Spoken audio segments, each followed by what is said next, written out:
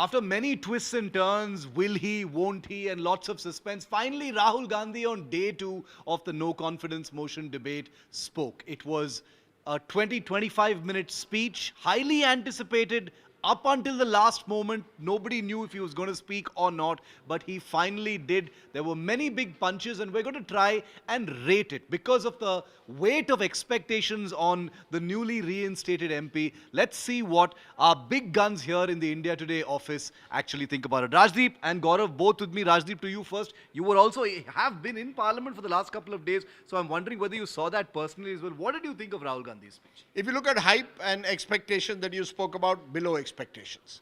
You know, this was an opportunity. He hadn't spoken in Parliament since February. He had been disqualified from Parliament. There was a lot of hype and expectation.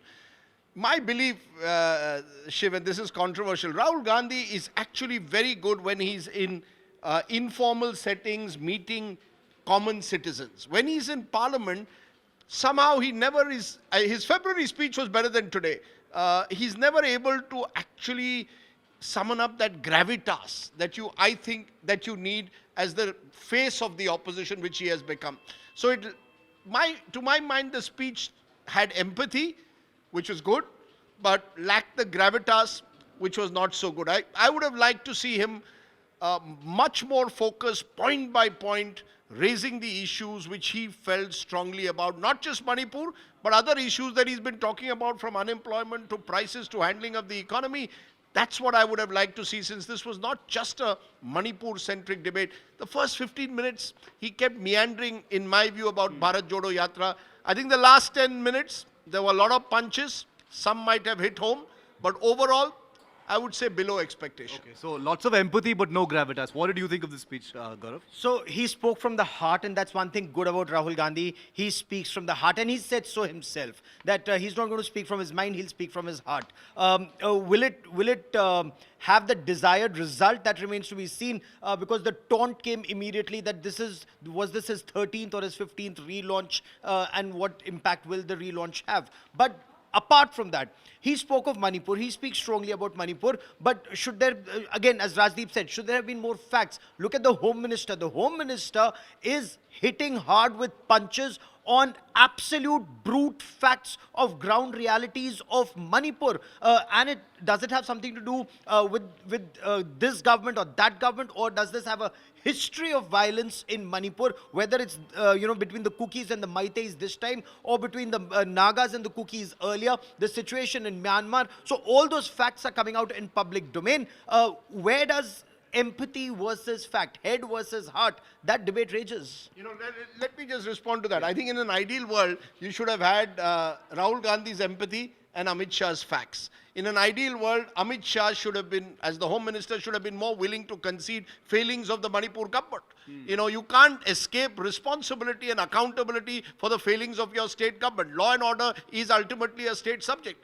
Just because it's your own BJP government, you can't be seen to protect them. On the other hand, Rahul Gandhi too should have recognized that Manipur is a very complex issue that doesn't have black and white solutions. You need to really work hard at bringing communities together. So Rahul Gandhi needs to look at the complexity of Manipur, and it would have been helpful if the Home Minister, who otherwise delivered a very fine, factual, hard-hitting speech, would have perhaps been more willing to acknowledge failings of his own government in Imphal. Because since this no confidence motion was supposed to be about Manipur, but as you've also said, Rajdeep, that a no confidence motion, can be about all the other things that the opposition wants to take on the government about.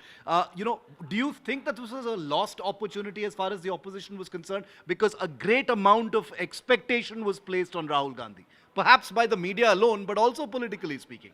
So, his party is already saying that he's a victim. If he spoke for 37 minutes, he was only shown for about 11 minutes or 12 minutes, and half the time he was not shown. His speech was cut short. So, his party, instead of showing him as the leader, shows him as a victim. a victim who's taking on a leader. And this is where, once again, on hard facts, was this the opposition giving an opportunity to the Narendra Modi government to tom-tom their achievements over past 5 years? From Kashmir to the Northeast, where they're saying that the Prime Minister's gone so many times, they've done so much to bring in the Northeast, and all on hard facts. Ultimately, it's for the voters to decide. But look at how Smriti Irani also hit back. While you're concerned about women in Manipur, what about women in Bengal or Rajasthan? Is this whataboutery? Or is this selective, approach to justice? And this is something that, Rajdeep would perhaps want to take on. That, yes, you should be very concerned about women in Manipur. You should be equally concerned. Every Indian should be equally concerned about women in Bengal, Rajasthan, and the rest of the country. Why is this selective? Look, the fact is that the reason why this no confidence motion was brought in was to get the Prime Minister to break his silence on Manipur. The rest has, he was not the central focus in a way of this no confidence motion. My only regret, and this I'm saying as a political observer, I wish the coverage was a little bit more fair. Level playing field. Kiran Rejuju can intervene and speak, and the camera focuses on him, and Rahul Gandhi can be drowned in by the din on the other side. When Amit Shah was speaking now, there were others trying to raise points.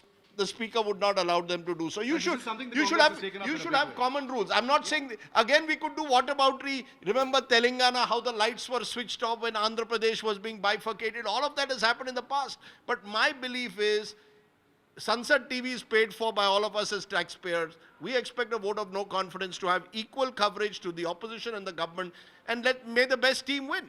I think that's very clear. I agree with Gaurav that, let's not be selective about gender justice. But I think Manipur is more than just about gender justice at the moment. There is a serious crisis in a border state which affects internal security of the country, and it needs to be looked at differently, dispassionately. It's a complex situation that doesn't allow easy solutions that our politicians may think in parliament. But at the same time, saying that our country is breaking and Manipur is broken, hyperbole on a national security issue, again, on Kashmir, so much was said, wo tirange ko haath jhanda dene wala koi nahi reh jayega, ye nahi reh jayega, wo nahi reh jayega. Today the Home Minister made it very clear, no Alia Malia Jamalia, no Hurriyat, no Pakistan, no nothing. And who's Pakistan's caretaker Prime Minister now? Somebody was thrown out of India. So, I'm just trying to get to a point that, yes, politics is very important, but on issues of national security, the nation needs to come together. You have to keep India first. So, this was one platform, the no confidence motion. I think at the very least, I think it was a big positive all across all lines that a northeastern state was discussed in this manner.